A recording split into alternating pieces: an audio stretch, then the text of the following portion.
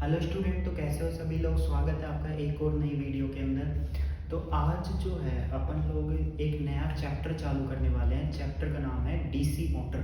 अपन ने लास्ट में जो डीसी जनरेटर पढ़ा था वो लगभग कंप्लीट हो गया है। उसके अंदर क्या है कि कुछ न्यूमेरिकल्स और कुछ क्वेश्चंस बच रहे हैं, जो कि अपन लोग जैसे जैसे अपन क्वेश्चंस को कवर करेंगे, जो अपन ने पीडीएफ सोल्व करा रहा हूँ उसके अंदर जो क्वेश्चंस को कवर करेंगे, उनके साथ साथ अपन सारे जितना भी जो भी चैप्टर बच गया होगा ना उसे अपन उसके साथ में कवर कर लेंगे। तो अब जो अपन नया चैप्टर चालू कर रहे हैं उसका नाम है डीसी मोटर। अब डीसी जनित के बाद में अपन शुरू करें डीसी मोटर।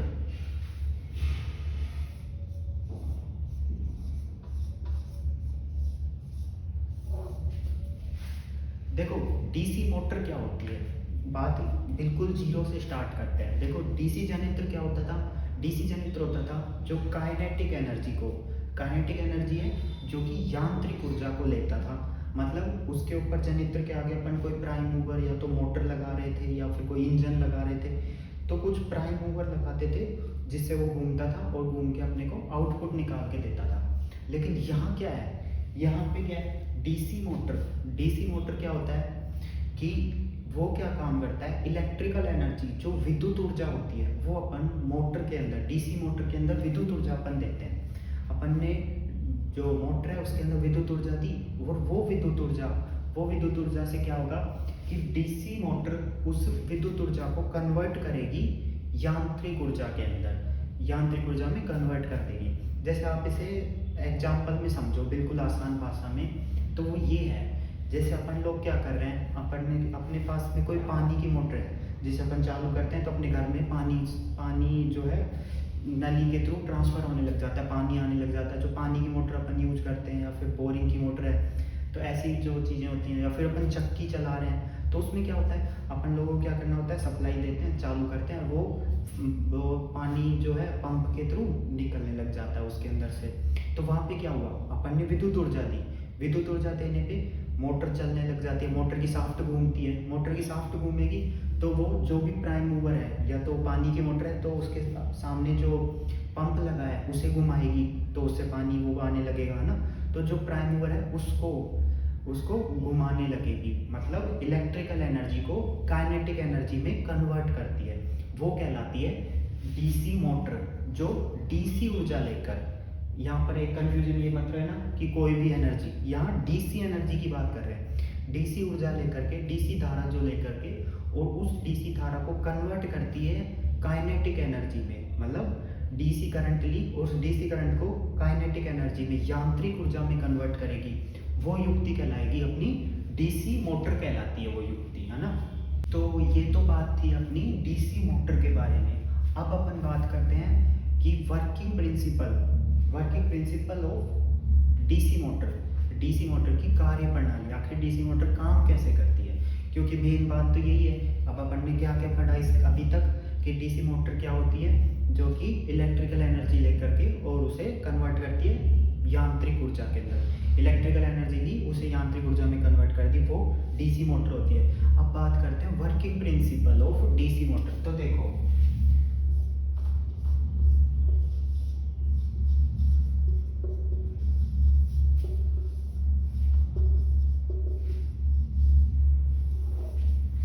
वर्किंग प्रिंसिपल, अब इसे एक साधारण लैंग्वेज में समझते हैं, बिल्कुल साधारण लैंग्वेज में। देखो जैसे अपने पास में एक मैग्नेट है,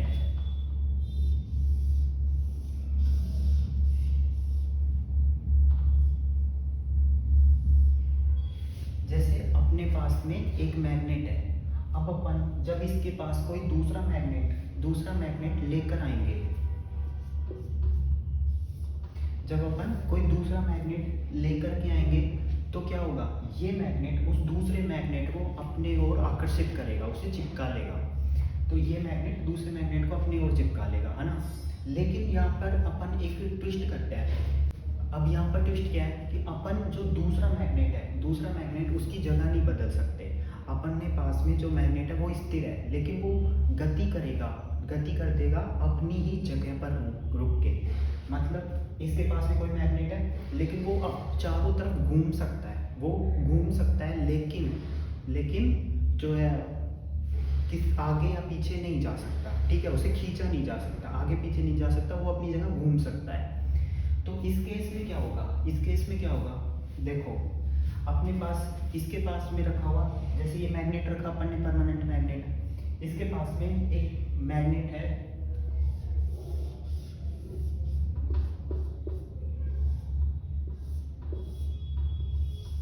जो कुछ इस तरह से स्टेबल है। अब ये अपनी जगह पर घूम सकता है, ये गोल घूम सकता है।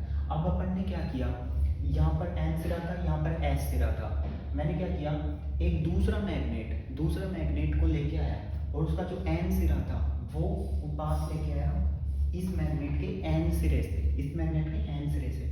जब मैं इसे ज़्यादा क्लोज लेके आऊँगा, जब इसे बिल्कुल क्लोज लेके आऊँगा, तो बेसिक सी बात है, समान ध्रुव आपस में क्या करते हैं, समान ध्रुव आपस में धक्का मारते हैं, लेकिन असमान होंगे तो वो एक दूसरे से चिपक जाएंगे।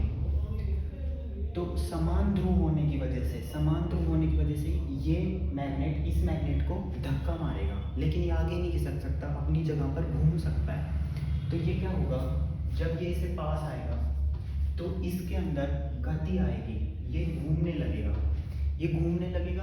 इसके घूमने से क्या होगा कि ये जब घूम रहा है तो इसके घूमते ही ये एस सिरा, ये जो एस सिरा है ये आ जाता है एन सिरे के पास, और एन सिरा एस सिरे के पास चला जाएगा।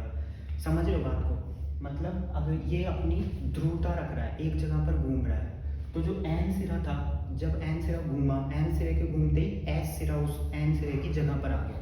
यहाँ पर एन था, वहाँ पर एस हो गया, जहाँ पर एस था वहाँ एन हो गया, कुछ ऐसे, कुछ इस तरह से इसके ध्रुव बदल गए। अब क्या करता हूँ मैं, इसके अंदर जहाँ पर एन सिरा मैंने स्टेबल किया था, अब मैं खुद बदल देता हूँ, इसके सिरे बदल देता हूँ। अब ये एस सिरा ऊपर हो गया, एन सिरा नीचे हो गया। अब क्या होगा, यहाँ पर एस हो गया, यहाँ पर एन हो गया। जब यहाँ पर एस होगा तो जब मैं इसे पास लेके आऊँगा, फिर समान ध्रुव गए, फिर धक्का मार देगा, फिर घूम जाएगा, फिर ध्रुव बदल दूंगा, फिर धक्का मार देगा, फिर घूम जाएगा। जब तक मैं ध्रुव बदलता जाऊँगा, जब तक मैं इसके ध्रुव बदलता जाऊँगा, तब तक ये घूमता ही रहेगा, कुछ इस तरह से अपनी जो डीसी मोटर होती है ना, जो अपनी मोटर होती है, कुछ इसी वर्किंग प्रिंसिपल पे काम करती है। तो अब आगे बात करते हैं, देखो, तो अब बात करते हैं अपन इसके वर्किंग प्रिंसिपल के बारे में कि ये काम कैसे करती है, जो मोटर जो होती है वो काम कैसे करती है, कि वो कैसे चलती है। देखो, इसे बिल्कुल ही आसान तरीके से समझते हैं अपन, है ना। तो देखो ये काम कैसे करता है आखिर, ये काम जो मोटर होती है वो काम ऐसे करती है, जैसे यहाँ पर क्या है, ये परमानेंट दो मैग्नेट लगे हैं, ये दोनों परमानेंट मैग्नेट लगे हैं, उसके बीच में एक आर्मेचर रखा गया है। मैंने आर्मेचर की केवल एक कॉइल दिखा रहा हूँ आपको, इसके अंदर केवल एक कॉइल दिखाई है, और वो कॉइल इन कम्यूटेटर से, जो कम्यूटेटर अपन ने पहले ही पढ़ा था, जो कम्यूटेटर होता है जो सप्लाई देने का काम आता है आर्मेचर को, उस कम्यूटेटर से जो है इसकी वाइंडिंग को कनेक्ट कर रखा है, वाइंडिंग के दोनों सिरे कनेक्ट कर रखे हैं, और उस कम्यूटेटर के अंदर जो है सप्लाई दी जा रही है ब्रशों के थ्रू, उस कम्यूटेटर में ब्रशों के थ्रू सप्लाई दी जा रही है ना। अब ये काम कैसे करेगा, ये देखो, जैसे मान लो ये मैग्नेट है, ये मैग्नेट है। अब मैग्नेट क्या करेंगे, जैसे अपन मान लो इस तरफ मान लो एन सिरा है और इसके पीछे एस, ठीक है, तो वहीं इसके आगे बिल्कुल ही विपरीत सिरे होंगे। यहाँ पर होगा एस और यहाँ पे एन, यहाँ पर एस हो गया, यहाँ पे एन हो गया, तो दोनों ही सिरे एक दूसरे के विपरीत काम करते हैं, एक दूसरे के विपरीत होंगे। अब इसके बीच में एक कुंडली रखी है अपन ने, एक कुंडली है जिसमें अपन ने सप्लाई दी। जब अपन इसे सप्लाई देंगे तो कुंडली के अंदर क्या होगा, कुंडली में मैग्नेट बनेगा, और वो मैग्नेट क्या करेगा, मैग्नेट बनेगा तो उसके वही दो सिरे होंगे एन और एस, ठीक है, वो दोनों ध्रुव हैं, तो वो जो दोनों ध्रुव हैं वो अपने से अपोजिट वाले की तरफ तो होंगे आकर्षित, और जो अपने से नेगेटिव वाले की तरफ से दूर भागना चाहेंगे। जैसे मान लो कि इधर एन है और इधर है एस, है ना, इधर एन है इधर एस है, तो क्या होगा, इधर जब एन होगा तो एन के होने से जो एन सिरा होगा, एन सिरा इसके ऊपर की तरफ है, तो एन सिरा क्या काम करेगा, एन और एन दोनों पास होने से क्या करेंगे, एक दूसरे को दूर तक खेलेंगे, दूर की तरफ तक खेलेंगे। वहीं जैसे मान लो आधी दूरी इससे धकेल दिया, इसे आधा, इसका आधा चक्र हो गया। जब ये धकेलेगा, मान लो ये कॉइल थी, सीधी थी, जब इधर से मैंने जो है मैग्नेट एन और एन दोनों एन रखे, तो इसे आधा जो है आधा टर्न उसने उन दोनों मैग्नेट की वजह से समान ध्रुव से आधा टर्न हो गया। बचा हुआ आधा टर्न जब यहाँ पर अपोजिट जब इसे मैग्नेट मिलेगा, जब अपोजिट ध्रुव मिलेंगे, अपोजिट ध्रुव से क्या होगा, अपोजिट ध्रुव अपनी ओर आकर्षित करेगा। एक ने तो प्रतिकर्षण किया, एक ने प्रतिकर्षण किया, समान थे तो इसलिए उसने प्रतिकर्षण किया। ये दोनों समान थे तो प्रतिकर्षण कर रहे थे। फिर ये असमान हुआ तो इसने अपनी ओर आकर्षित किया, अपनी ओर खींच लिया, तो क्या हुआ, आधा चक्र, जो कि आधा चक्र इसने पूरा कर दिया और आधा चक्र पूरा किया इसने।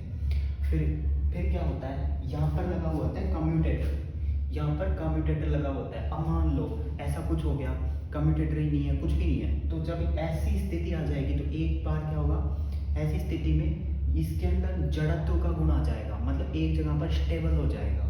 जैसे इसमें घूमने के बाद में क्या है, दोनों तरफ, यहाँ पर एन है तो इधर इसको एस मिल गया, और यहाँ पर एस था तो इधर एन मिल गया, ठीक है। तो वहाँ पर एक जगह पर चिपका करके बैठ जाएगा। लेकिन चिपका के बैठेगा तो अपने को क्या करना होगा, उसके ध्रुव चेंज करने पड़ेंगे। ध्रुव चेंज करने के लिए पावर सप्लाई चेंज कर दो, पावर सप्लाई चेंज हो जाएगी तो ये बीच में जो आर्मेचर के बीच जो मैग्नेट है उसके ध्रुव चेंज हो जाएंगे। ध्रुव चेंज होने से क्या होगा, फिर से वो प्रतिकर्षण कर लेंगे, एक दूसरे का प्रतिकर्षण करने लगेंगे। ध्रुव चेंज कैसे होते हैं, देखो ये ब्रश है, ये दोनों ब्रश हैं, और ये जो इनकी वाइंडिंग है, इनकी जो कॉइल है वो जुड़ी हुई है कम्यूटेटर से। और कम्यूटेटर क्या होता है, अलग अलग खंडों में बटा हुआ होता है, अलग अलग टुकड़ों में बटा हुआ होता है कम्यूटेटर। कम्यूटेटर अलग अलग टुकड़ों में बटा हुआ होता है। अलग अलग टुकड़ों में बटने से क्या होगा कि हर टुकड़े अपना ही एक जो है चालकता रखता है। एक टुकड़ा, मानो ये एक टुकड़ा है, ये दूसरा है, इसके अंदर धारा दोगे तो ये धारा इसमें ट्रांसफर कभी नहीं होगी, इसकी धारा केवल इस तक ही सीमित रह जाती है ना। तो अब क्या हो रहा है, इन दोनों के अंदर क्या है, वो धारा जा रही है, उसकी वजह से एक कॉइल के अंदर धारा गई, एक कॉइल के अंदर धारा जा रही है, तो जिससे घूमेगा, घूमने से क्या होगा, जब एक वक्त ऐसा आएगा कि दोनों ब्रशों के बीच में ये जो इन दोनों के बीच की ये जो दूरी है, कम्यूटेटर के दो कम्यूटेटर जो सेगमेंट है उन दोनों के बीच के अंदर आ जाएगा। बीच में जब आएगा तो जब वो और आगे खिसकेगा, और आगे खिसकने से क्या होगा कि जो कॉइल है, कॉइल के सिरे बदल गए। पहले धारा ऐसे जा रही थी, पहले धारा ऐसे चल रही थी, ऐसे गई, पहले धारा ऐसे चल रही थी, ऐसे चली गई। फिर जब सिरे बदल जाएंगे तो धारा का मान बदल गया, तो धारा की दिशा बदलेगी, फिर धारा ऐसे चलने लग जाएगी, धारा की दिशा बदल जाएगी तो धारा उल्टी चलने लग गई। अब जब धारा उल्टी चलने लग गई, उस कंडीशन में क्या होगा कि मैग्नेट के सिरे बदलेंगे, जहाँ ऊपर एन था नीचे एस था, तो मैग्नेट के सिरे बदल गए। फिर क्या हुआ, फिर से दोबारा से उसने अपनी ओर आकर्षित किया, आकर्षण प्रतिकर्षण का बल लगा, फिर से उसने घुमा दिया, घुमाते फिर सिरे बदल गए, फिर आगे घुमा दिया। तो ये प्रक्रिया जब तक अपन करंट देते रहेंगे तब तक ये चलती रहेगी। असल में ये होता है, इस तरह से जो अपना जो मोटर है वो काम करती है। तो अब बात करते हैं डीसी मोटर के। डीसी मोटर जो होती है, अपनी जो डीसी मोटर होती है, जैसे डीसी जनरेटर था, वो फ्लेमिंग के दाएं हाथ के नियम पर आधारित था। जो फ्लेमिंग का दाएं हाथ का नियम था, जो मैग्नेटिक फील्ड को दर्शाता था, इलेक्ट्रिकल एनर्जी। तो वहीं पर जो ये डीसी मोटर होती है वो फ्लेमिंग के बाएं हाथ के नियम पर आधारित होती है। अब ये फ्लेमिंग का बाएं हाथ का नियम क्या है वो देखो, वो समझते हैं अपन। जैसे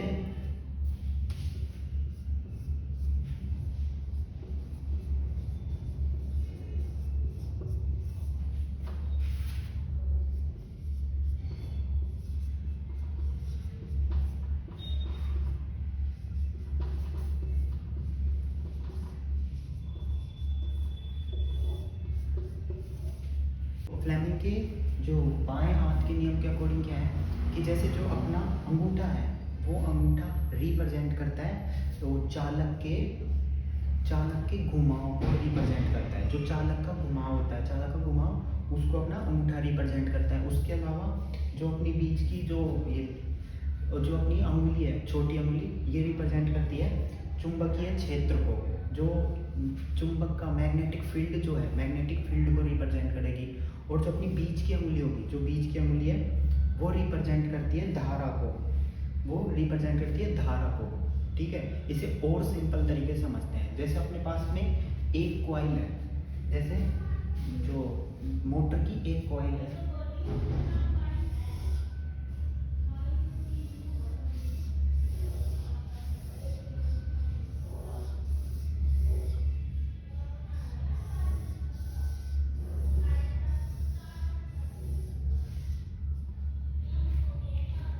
जैसे अपनी मोटर की एक कॉइल है, इसमें अपन इलेक्ट्रिसिटी देते हैं। यहाँ से अपन ने करंट दी और यहाँ से अपन ने करंट दी और अपने को यहाँ से आउटपुट मिल गया ना, यहाँ से अपने को आउटपुट मिल गया। अब क्या होगा, करंट जैसे अपन सीधी दे रहे हैं तो इसके अंदर क्या है, इसका जो मैग्नेटिक फील्ड बनेगा वो कैसे बनेगा, वो धारा की दिशा में ही बनेगा है। जैसे अपन जिस दिशा में धारा देते हैं उसी दिशा में मैग्नेटिक फील्ड बनता है। जैसे अपन धारा की दिशा ये है, अपन इधर से धारा दे रहे हैं और इधर से आउटपुट मिल रहा है, तो धारा इस तरफ चल रही है, तो अपना जो मैग्नेटिक फील्ड बनेगा वो भी इसी में बनेगा। मैग्नेटिक फील्ड, चुंबकीय क्षेत्र,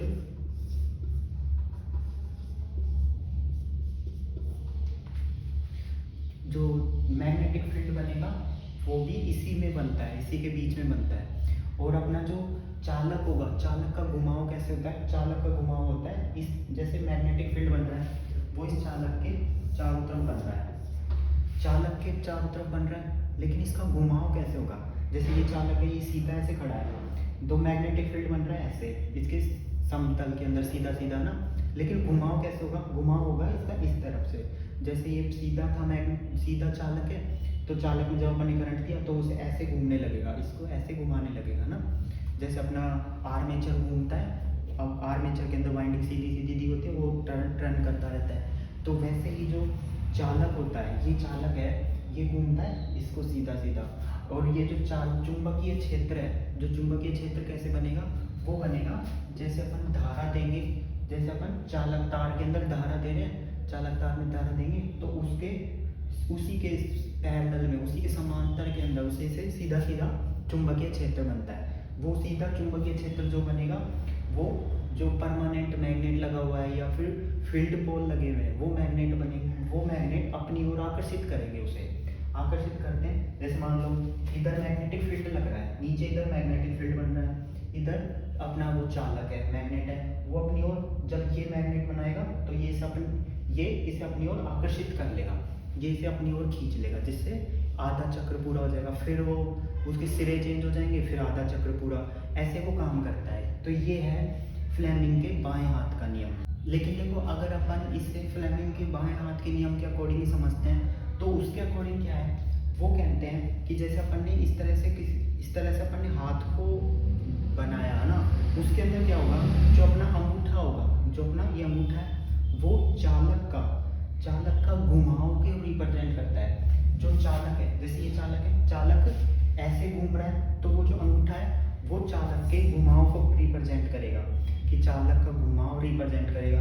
जो बीच की अंगुली होगी वो रिप्रेजेंट करेगी धारा को, जो बीच की अंगुली है, जो अपनी धारा ऐसे जा रही है, जो अपनी धारा इस कॉइल के अंदर जा रही है, उसको रिप्रेजेंट करती है बीच की अंगुली। उसके अलावा जो ये छोटी अंगुली है, तो ये फर्स्ट अंगुली ये प्रेजेंट करेगी ये इसको चुंबकीय क्षेत्र को, जो चुंबकीय क्षेत्र जो अपना बन रहा है, जो चुंबकीय क्षेत्र जो कॉइल के बीच में बन रहा है, उसको चुंबकीय क्षेत्र को अपनी छोटी उंगली रिप्रेजेंट करती है। तो ये तो सारी बात थी डीसी जनित्र और उसके वर्किंग प्रिंसिपल के बारे में, ठीक है। तो अगली जो नेक्स्ट क्लास आएगी उसमें अपन कवर करेंगे ये डीसी जनित्र की दिशा बदलना, डीसी मोटर की, ये सारी डीसी मोटर के बारे में थी। तो अगली जो क्लास आएगी वो अपन कवर करेंगे। डीसी मोटर की दिशा कैसे बदलते हैं, ठीक है, डीसी मोटर की दिशा कैसे बदलनी है, वो कौन कौन सी तकनीक होती है, कौन कौन से तरीक़ों से डीसी मोटर की जो है दिशा बदली जाती है, उसके बारे में अपन नेक्स्ट वीडियो के अंदर कवर करेंगे। आज के लिए बस इतना ही, और ना अपनी तैयारी अच्छे से करते रहो, और आप चैनल पे नए हो ना तो उसे सब्सक्राइब कर लेना, क्योंकि मैं जो है इस तरह की वीडियो आपके लिए लाता रहता हूँ। और है ना, मेरा जो टारगेट है ना वो यही है कि आपको साइंस की ज़्यादा से ज़्यादा नॉलेज दी जाए, अगर आप पहली बार आए हो तो, है ना। तो मिलते हैं नेक्स्ट वीडियो के अंदर। Have a nice day.